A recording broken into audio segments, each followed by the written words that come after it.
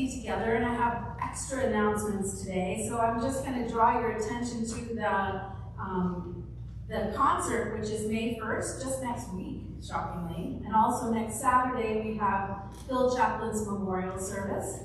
And he was a longtime member of this church, and so was his family. So I hope that if you remember him fondly, you will attend. We also have the Mother's Day Walk for Peace, which is which is Mother's Day, and the sign up is on the website. I just am very excited that we've passed the $1,000 mark to $1,045 towards our $3,000 goal for that walk. If you can walk with us, fantastic. If you can't, if you could just pledge $20, that would help us get closer to raising money to help families that have been affected by gun violence. I now invite Howard Ostroff forward for our stewardship announcement.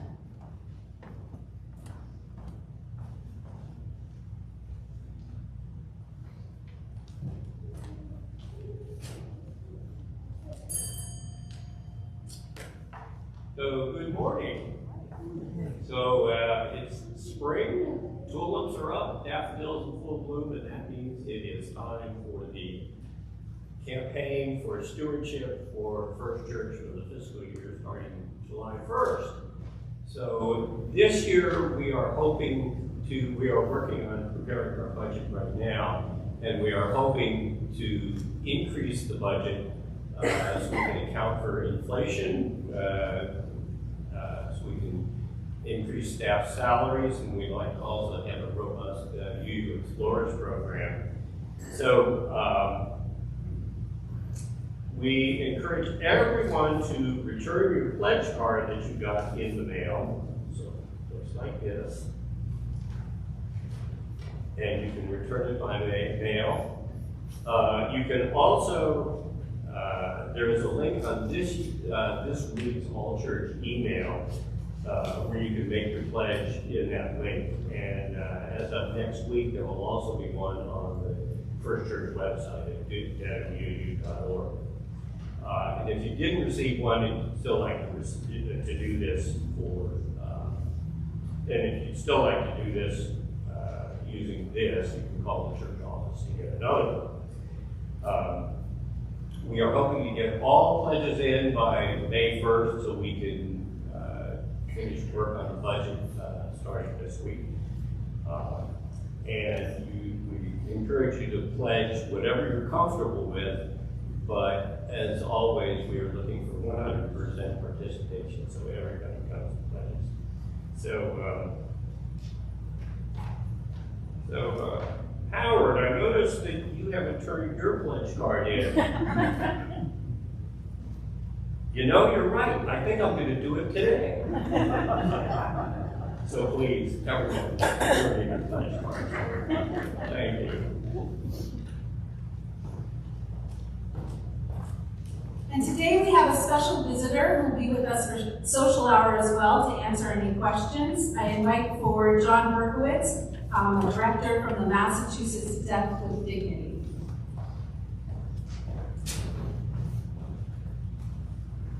Thank you, Reverend Weaver. Hello, everybody.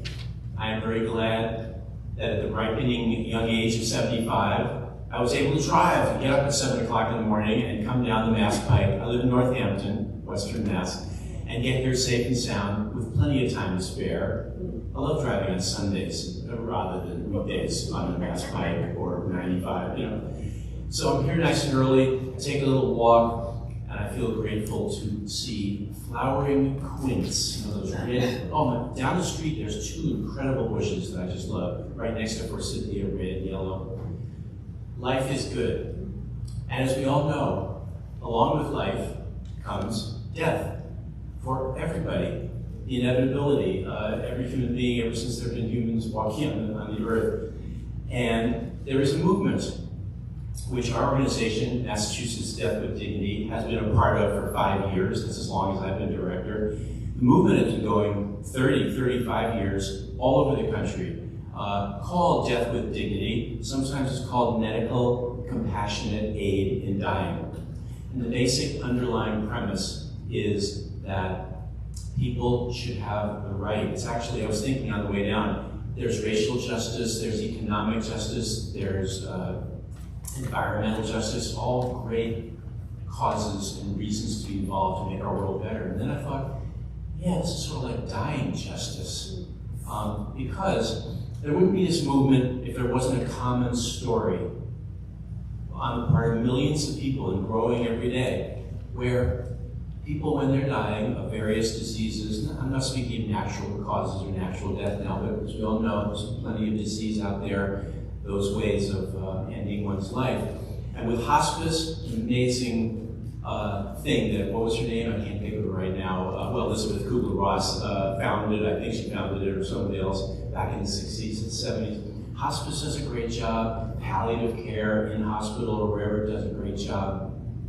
And yet there would not be this movement if there wasn't a significant number of situations, cases where a patient, a person with cancer, heart disease, lung disease, whatever it is, the pain and suffering at the end that comes with the natural progression of that disease just is unable to be relieved, and people kept comfortable. And people have been fighting in these 30 or 35 years to have the right to the option, to ask their doctor in a state which has legalized this option, this death with dignity option, ask their doctor, by the way, doctors are entirely voluntary, they can participate or they don't have to. They can ask their doctor for a dose of lethal medication that would ensure, if they felt like they just can't go on, the suffering, the pain is too much, hospice doing the best it can, but it just can't alleviate it. They have that option to end their suffering and achieve a peaceful and painless death. Oregon's had this law for 25 years, Washington State 13, Vermont 9, and other states. There's 10 states that have passed this, plus Washington, D.C. And we are campaigning to become the 11th. We have a bill, a law in the State House. It's been there for 10 years. And I'll just take this moment. One of the basic stories is the champion of that bill, who retired from the legislature in 2020, Reverend Louis Kafka from Stoughton. Did I pronounce that right? I'm always trying to learn, Waltham is not Waltham, it's Waltham, right? But Quincy is not Quincy, it's Quincy. Yeah, I'm from out west there, Wild West. Rep Kafka said, I got involved with this in 2007, 8, 9, and there because my friend Lou with pancreatic cancer, one of the most difficult ones to control pain in, said, Lou, can you help me? I've had enough. I can't do this anymore. This is too hard. Please, please. And Lou had to look at him and say, I'm sorry, there's nothing I can do that's legal, and I can't ask a doctor. He's not a doctor, he's a legislator. I can't ask a doctor. And Lou died, and it was not easy, obviously for him, and certainly not for his good friend Lou Kafka. So Lou said, I'm going to do everything I can to ensure that you have an option and other people in that situation have an option. And that's why the End of Life Options Act is the name of the bill. It's in the legislature. It already passed the Public Health Committee in March, and now it's in another committee, and we're trying to push it the rest of the way and become the 11th state to legalize the option of medical aid in dying, death with dignity. I would be glad to, I have some flyers. Anybody who can't stay for social hour, I can give these out, when you're leaving the building and heading home. Those who can stay, I can stay, glad to talk and give you much more detail about what the bill is about, what's in it, safeguards, to make sure that no frail, elderly person, low-income person, person of color, anybody, any vulnerable person might be kind of abused or pushed, coerced into, there's not been a single case that's really been substantiated, proven in Oregon or Washington or Vermont or all these other states that have had this law and implemented it for the last 25 years. So all these safeguards are in this bill too. I can explain a little bit more about that. I appreciate, again, being able to take these couple of minutes. I look forward to talking with you more, those of you who can stay for social hour. Thanks. And finally, I invite Andrea Gilmore forward to introduce our preacher this morning.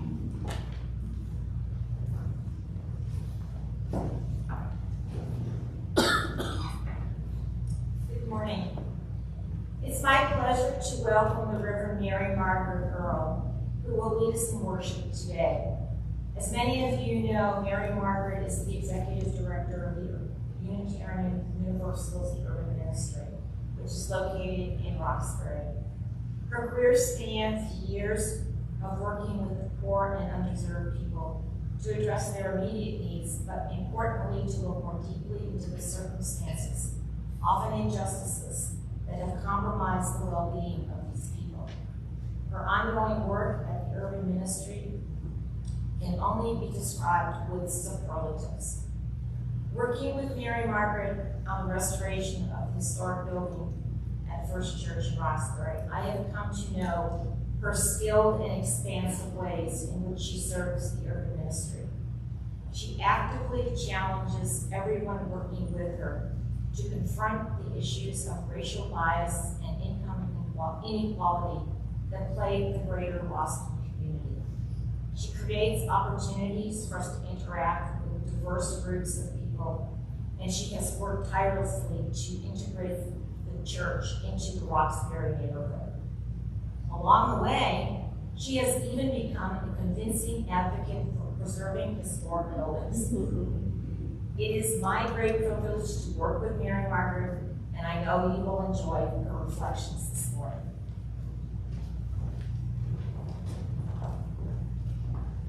We will now begin our morning worship.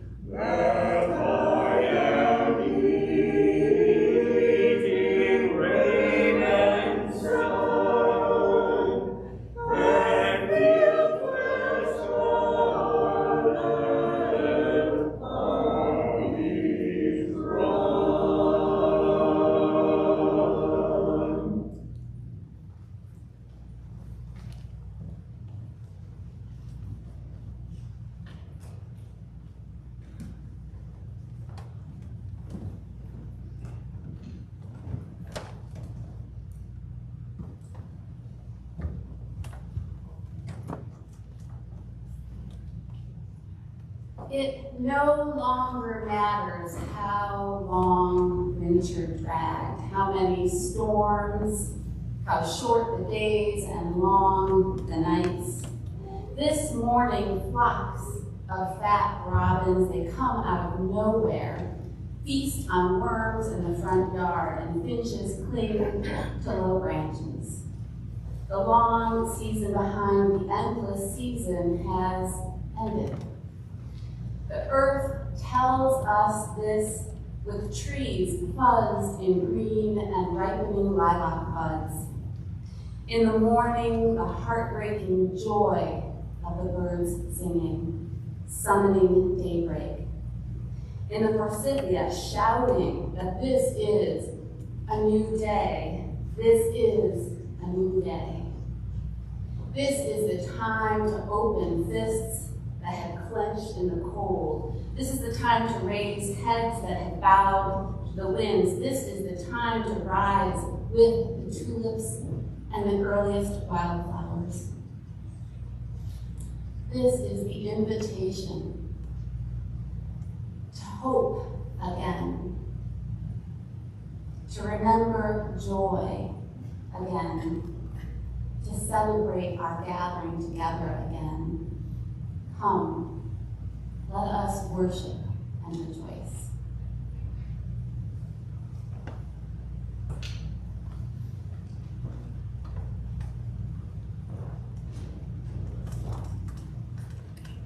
I light our chalice this morning in support of all the runners today at the James Joyce Ramble, which I forgot to mention in the welcome announcements. I did make coffee if you're stuck here for a little bit. But I want to give them strength and support as they run the race, and give strength and support to everyone who's running any kind of race in their life right now.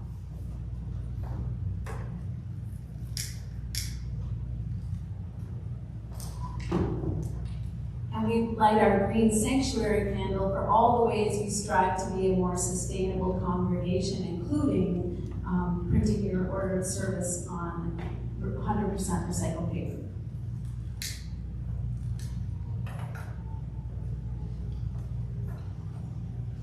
I invite you now to sing with me hymn number 21 in your gray hymnal, hymn number 21, For the Beauty of the Earth.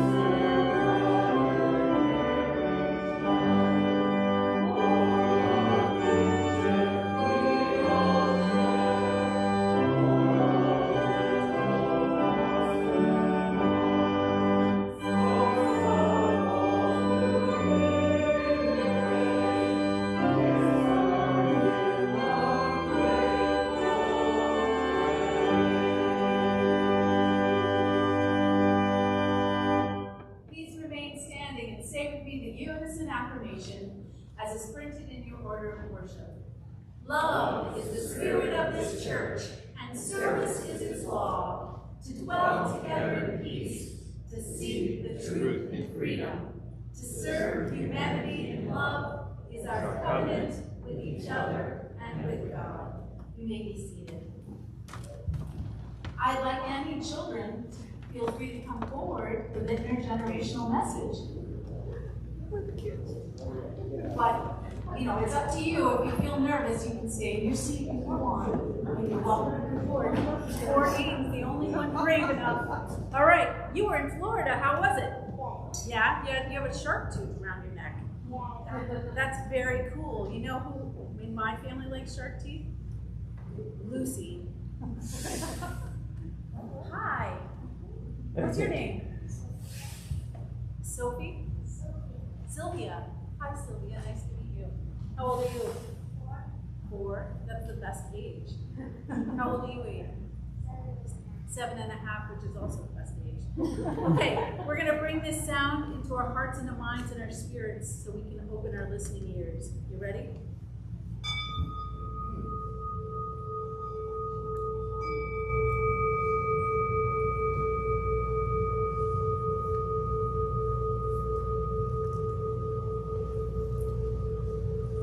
When you don't hear it, you can't hear it anymore, you calm down.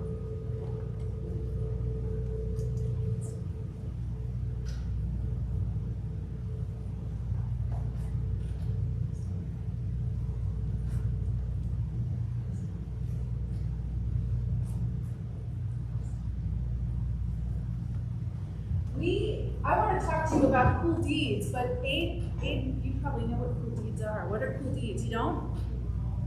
Well, once a month, our children do a cool deed. What does that sound like? Nora, I bet you know what a cool deed is. Do something nice for someone else. When you do something nice for someone else. So sometimes the cool deed was writing letters to people who are homebound, right? And I know that sometimes you do things for like social justice things. And today you're going to be, Dedham has this thing where they're asking everyone to pick up a whole trash bag full of trash to clean up our streets. That's being caring for what? What are we caring for when we pick up trash in the streets and on the sidewalks and in the woods? We're caring for our environment, right? Is it good for animals to live around trash? No. No way. Right, Sylvia, I agree. So today, that's what you're going to be working on. But when we do cool deeds, and why do you think we call doing something nice for someone else or doing something nice for other people a cool deed? Any ideas? Anybody? Because it makes us feel good, doesn't it? Does it make you feel good when you do something nice for someone else? Yes. Yeah, and when you help other people, it makes you feel good. So that's why we call them cool deeds. So we do them a few times a year on special days, and today's one of those days. And so we're going to sing you to your classes, and I want you to think about your cool deeds and other cool deeds you can do, all right?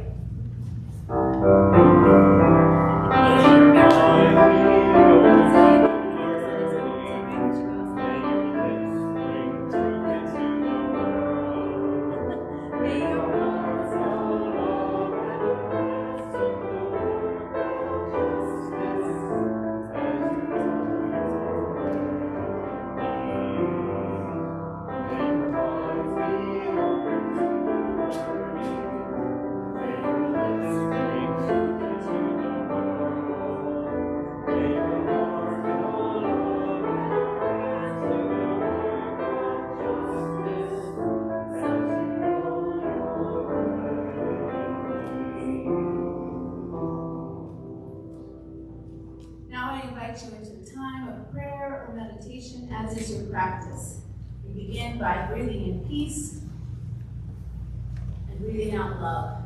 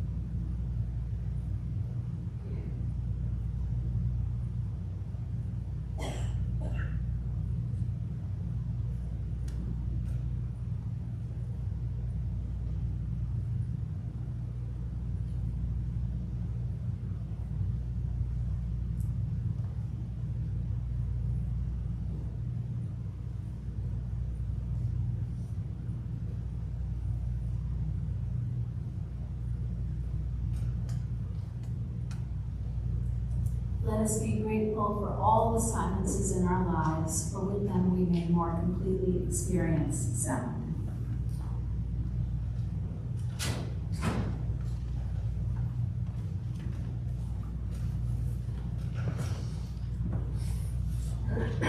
I invite you to turn to the responsive reading number 568, back of your hymnal. Connections are made slowly. I'll begin if you would respond reading the sections in italics, number 568. Connections are made slowly. Sometimes they grow underground. You cannot tell always by looking west. More than half a tree is spread out in the soil under your feet.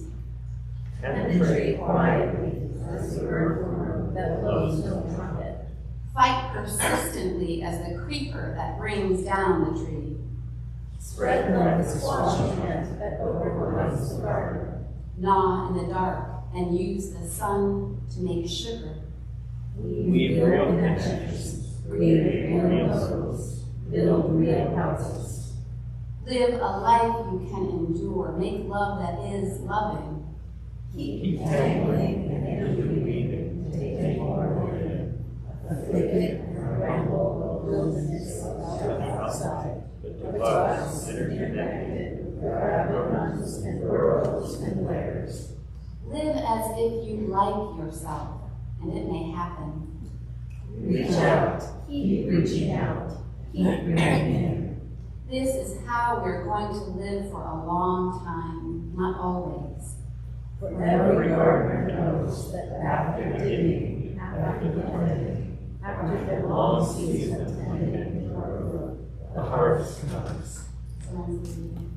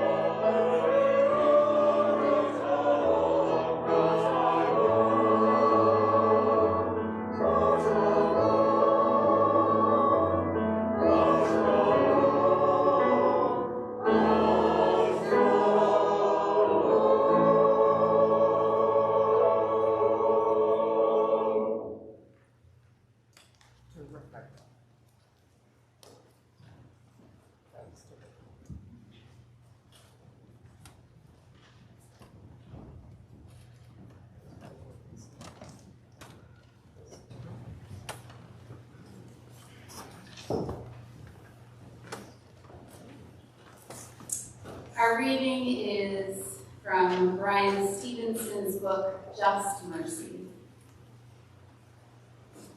We are all broken by something. We have all hurt someone and been hurt. We all share the condition of brokenness, even if our brokenness is not equivalent. I guess I'd always known, but never fully considered that being broken is what makes us human. We all have our reasons. Sometimes we're fractured by the choices we make. Sometimes we're shattered by things out of our control. But our brokenness is also the source of our common humanity, the basis for our shared search for comfort, meaning, and healing. Our shared vulnerability and imperfection is what gives each of us our capacity for connection and compassion. We have a choice. We can embrace our humanness, which means embracing our broken natures and the compassion that remains our best hope for healing. Or we can deny our brokenness, deny compassion, and as a result, deny our own humanity. So ends the reading. I invite you to join with me in singing our next hymn, number 95 in the Great Hymnal, There Is More Love.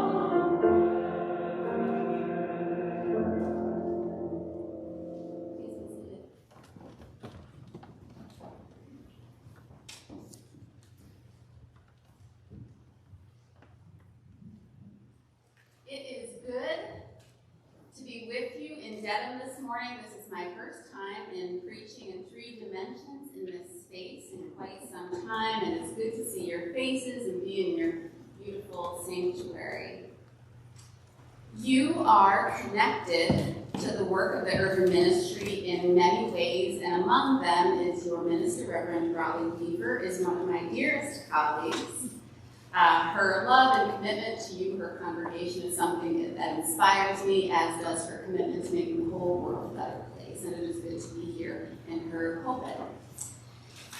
Among you are friends and supporters of the urban ministry, folks like our former board member, Ollie Ames, Carol Dixon and Jeff Hutton, Stephen Brayton, Jim Ray, and Natalie Jensen, I want to thank you all for your support. This congregation has sponsored gift drives for our domestic violence shelter, and the Women's Alliance has often made gifts in support of this, and this past year gave an extraordinarily generous gift to support the restoration of our historic meeting house, for which I am deeply grateful. There is a special treasure that we share in common, Dedham and the Urban Ministry, and that is Andrea Gilmore.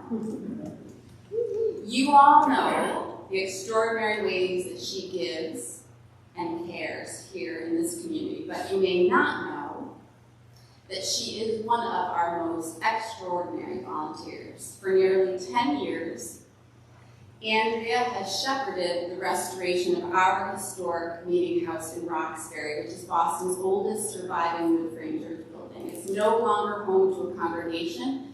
We are transforming it into an event venue to serve the community of Roxbury, to lift up the artistry of Roxbury, and to serve the Roxbury community. When she began her work with us, it had suffered decades of deferred maintenance.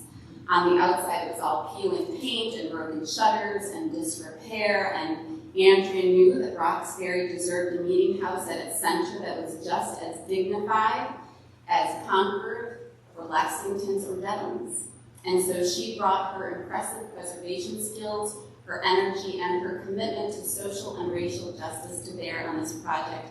And today, on the outside, it is a stunning landmark at the center of Roxbury. What she does for us is more like a full-time unpaid job than just volunteerism. And she is now shepherding our interior restoration work. So it is really important to me to have this chance to share with you, her home congregation, the transformational work she's doing for us in Roxbury. And I just want to give you some more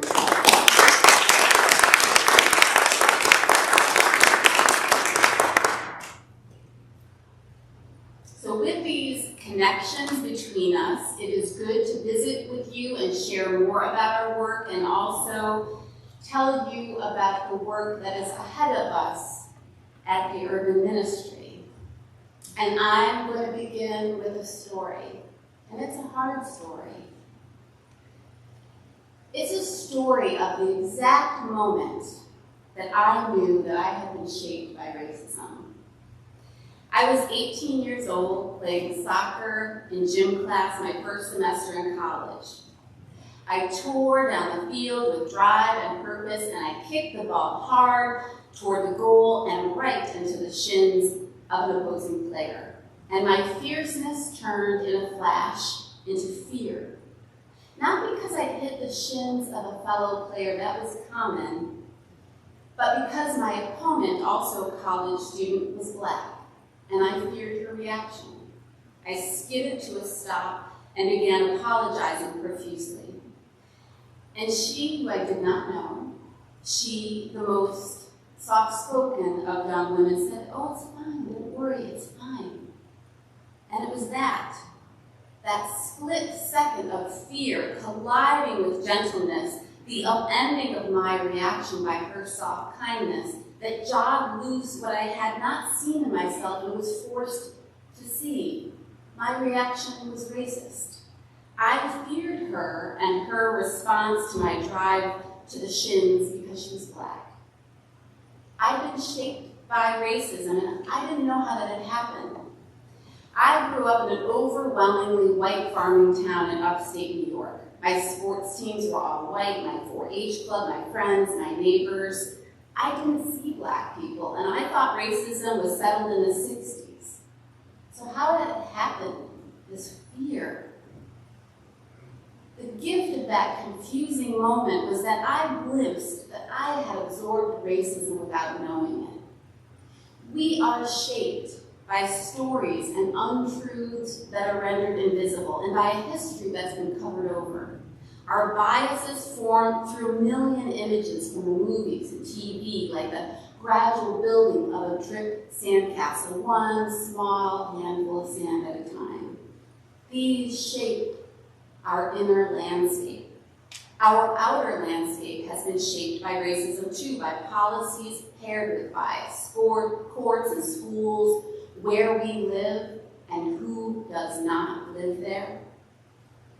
For white people, despite all of it, it's easy not to see it and to ignore it. And so the question is, what is asked of us then as people of faith? How do we bring into focus something that is so easily blurred? In 2021, the UU Urban Ministry embraced a new mission statement which calls us to work across race and place to dismantle racism and white supremacy culture and to advance racial, social, and economic justice. It is a call that inspires, but it's daunting. How do we do that? So for those of you who are less familiar to us, the Urban Ministry is a 190-year-old organization, now based in Roxbury, the historic heart of Boston's Black community. We're grounded in our Unitarian Universalist faith values and encircled by UU member congregations like this one. We've done many things through our history. Today we provide programs for trauma survivors, after-school programming for Boston high school students, and cultural engagement in the Roxbury community that we're part of. We embark now on a mission that will ask us to do more to directly confront the racism that means that the average Roxbury resident lives 30 years less than a resident of White Back Bay just 1 mile away. That means that Black college students leave before graduation at much higher rates than white counterpart. The legacy that means that the household wealth of white Bostonians exponentially outstrips that of Black Bostonians. Our new mission statement will call for new strategies and programs to confront this legacy, and it will take a deeper commitment by our member congregations. So I'm here today asking for your help, because it will take all of us, and also all of us, our heads, our hands, and our hearts to do this work. Our heads help us to learn about the history of race in the United States. The African-American author James Baldwin said, "History, as nearly no one seems to know, is not merely something to be read. And it does not refer merely or even principally to the past. On the contrary, the great force of history comes from the fact that we carry it within us, are unconsciously controlled by it in many ways, and history is literally present in all we do," he said. We are called to learn that history. The African-American attorney and activist Bryan Stevenson, graduate of Harvard, tells the story of sitting in a courtroom as a defense attorney. He said, "The judge and the prosecutor entered through a door at the back of the courtroom laughing and chatting. When the judge saw me sitting at the defense table, he said to me harshly, 'Hey, you shouldn't be sitting in there without counsel. Go back outside and wait in the hallway until your lawyer arrives.' I stood up and smiled broadly, and I said, 'Oh, I'm sorry, Your Honor. We haven't met. My name is Bryan Stevenson. I'm the lawyer on the case set for hearing this morning.'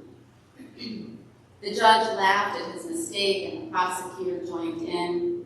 I forced myself to laugh because I didn't want my young client, a white child who'd been prosecuted as an adult, to be disadvantaged, but I was disheartened by the experience," he said. He said, "Of course, innocent mistakes occur, but constantly being underestimated, suspected, accused, watched, doubted, distrusted, presumed guilty, and even feared is a burden borne by people of color that can't be understood or confronted without a deeper conversation about our history of racial injustice," end quote.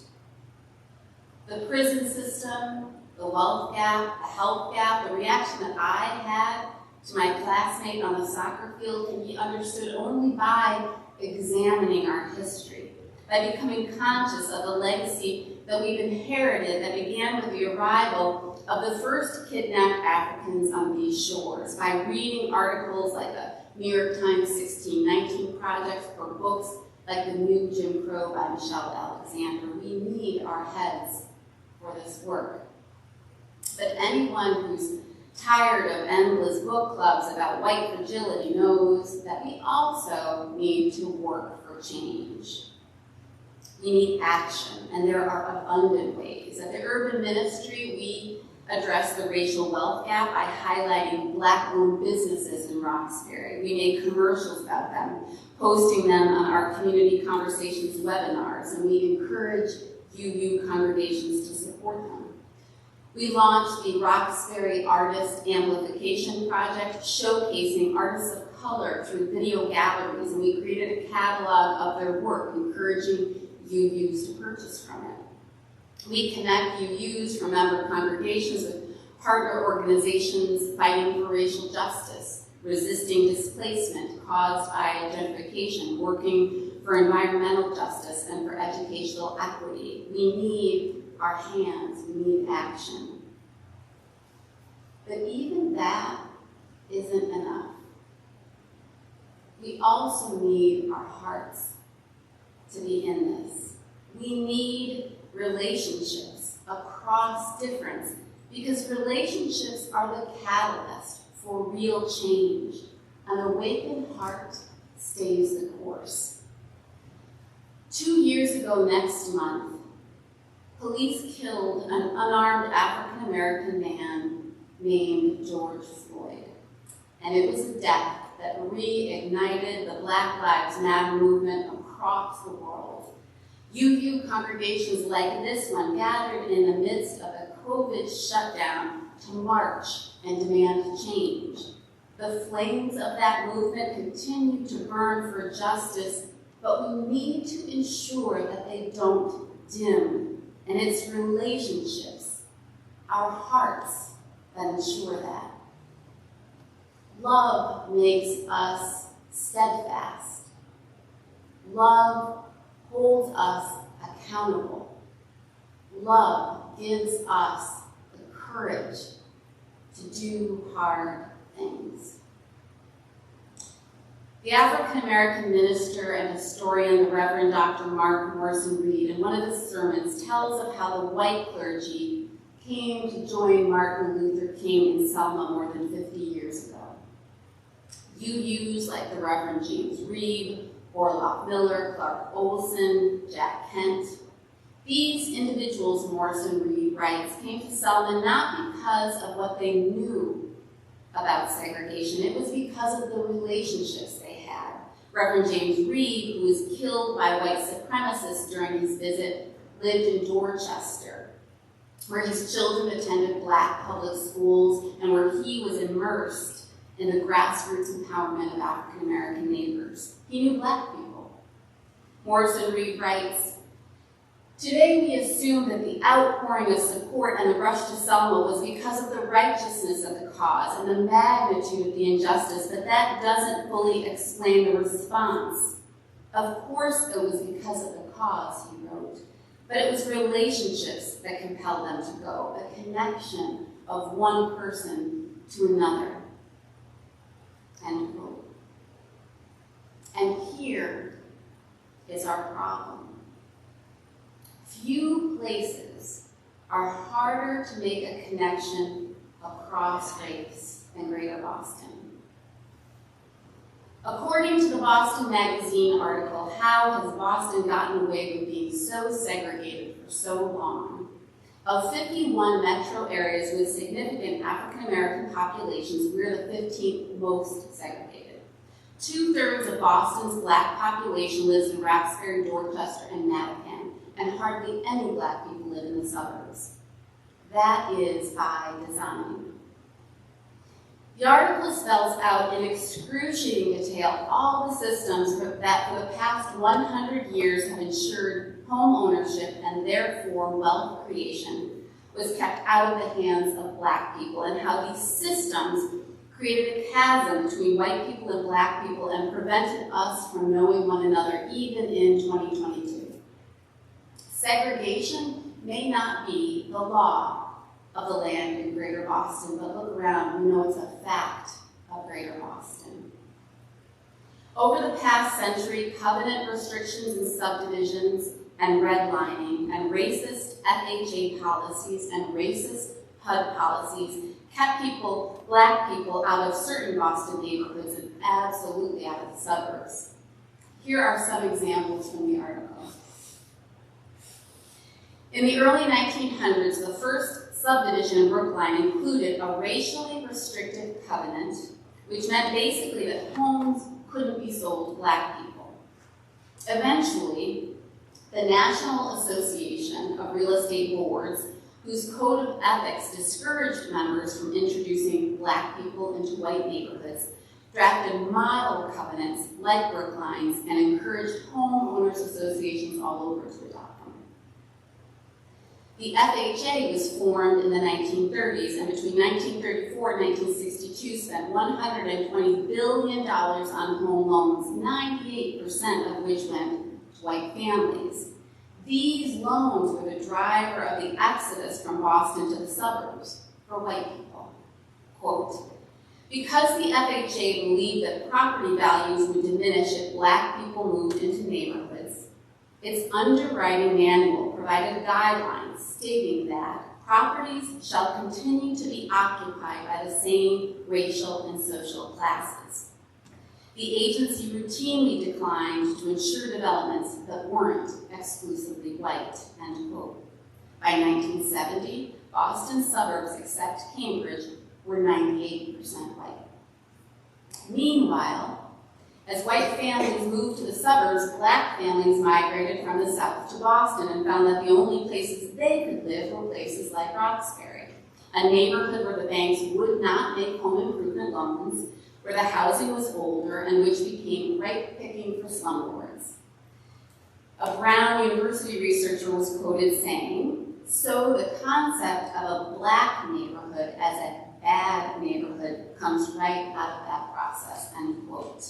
And thus, we have the story of the bad neighborhood of Roxbury.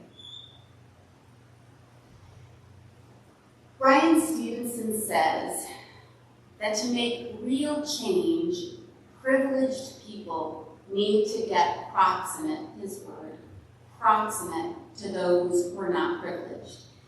He wrote, to make a difference in creating a healthier community, a healthier society, a healthier nation, we've got to find a way to get proximate to the poor and the vulnerable. He said, I absolutely believe that when we isolate ourselves, when we allow ourselves to be shielded and disconnected from those who are vulnerable and disfavored, we sustain and contribute to these problems. I am persuaded, he said, that in proximity, there is something we can learn about how to change the world. End quote. The fact of our segregation makes that hard to do. And when we are not proximate, when we do not feel personally connected to those being disproportionately arrested, incarcerated, killed in police incidents, when we're not connected to the neighborhood suffering environmental pollution or displacement by gentrification, let's be honest, it's easier to set it all aside, to put this movement that was ignited by the death of George Floyd back on the shelf, to reduce it to a fading bumper sticker or a tattered lawn sign. As a woman who's white, I am not immune. So here's what helps keep me going. I told you the story of my soccer field revelation, and now I want to tell you another about the gift of proximity. Before I became a minister, I was a newspaper reporter in upstate New York. My cubicle neighbor in the features department was an African-American woman whose newsroom friends included 2 other African-American women. These colleagues gathered daily at the desk of my neighbor, chatting, joking, sharing stories that I got to hear and become a part of. The dailiness built among us some knowing and some trust. I was then newly vegan and an animal rights activist, And I was assigned a feature story that would mean publishing a recipe with veal. And after agonizing about it, I said no. My conscience wouldn't let me. My editors insisted, threatening to fire me, and my fate hung in the balance. As I recall it, 25 years later, 3 people rallied around me, none of them vegan. They were these 3 African American women, all young, without power in the newsroom hierarchy, but they offered to start a petition to defend me. They were willing to put themselves at risk to defend my right of conscience. In a sea of colleagues, most everyone else stepped back. The ones who stepped forward were these 3 women. They had no interest in animal rights. They had every interest in standing up to the underdog. And unlike many of my white colleagues, apparently, they did not assume that those in power were right. I learned a lot from that time, and my friendship with these women endured long after I left journalism for ministry. I never forgot the gift of proximity of a seating arrangement. It's a gift that I continue to receive at the urban ministry. Most of our staff are people of color from the communities we serve. So are our program participants and our neighbors. I'm gifted daily by proximity. At the urban ministry, we think a lot about how to build proximity between our member congregations and our neighborhood, not proximity by charity, but how we create space for relationships that are built on listening and learning and trust and respect. These are built over time and with intention. We're seeking not to come in and help Roxbury, we're seeking to learn from Roxbury and to build bridges between suburb and city so that we can work together to make change. There's a quotation on the wall of the urban ministry as soon as you walk in by the Aboriginal activist Lila Watson, and it says, "If you have come here to help me, you are wasting your time. But if you have come because your liberation is bound up with mine, then let us work together." This is what guides us in our work. We organize tours to Black businesses and historic tours of the neighborhood. We gather committees and task forces made up of UUs and our neighbors to shape our work.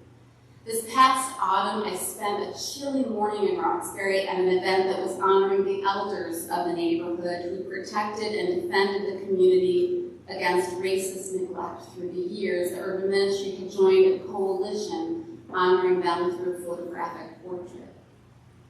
I felt deep gratitude for the opportunity that I've had to come to know some of these elders, to listen to them, to build relationships. These relationships set my heart on justice for the long haul. Every day we seek ways to introduce, to knit together, to overcome the ways the world has divided us so that we can forge relationships that will help us together make the change we seek. There's no magic wand for this relationship building, just time, intention, trying again, and then trying again. Showing up, listening, learning, and then listening more. And so my invitation is this: to continue to do the good work that you do here in this congregation and in this community. And if you feel called, to also connect with the work of the urban ministry. Join our mailing list. Reach out for a conversation with our engagement team. Meet my colleague Annie Stubbs after the service to find out how to become more connected with us. Reach out to Andrea. I suspect she'll be willing to give a tour of our campus and our meeting house to you. Come get to know us. We'd love to show you around. Reach out to imagine the gifts that you bring to the work of keeping the fires for justice burning and burning bright and may it be so, and amen. I invite you to join with me in singing our closing hymn. Love will guide us.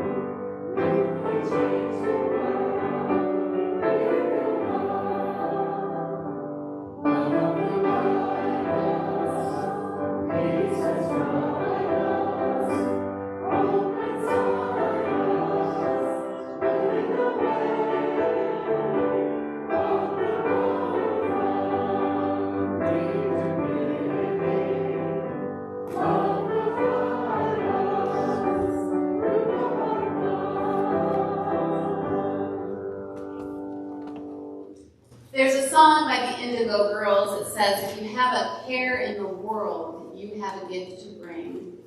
I invite you to remember the cares on your heart and the gifts that come with them. Go in peace. Amen.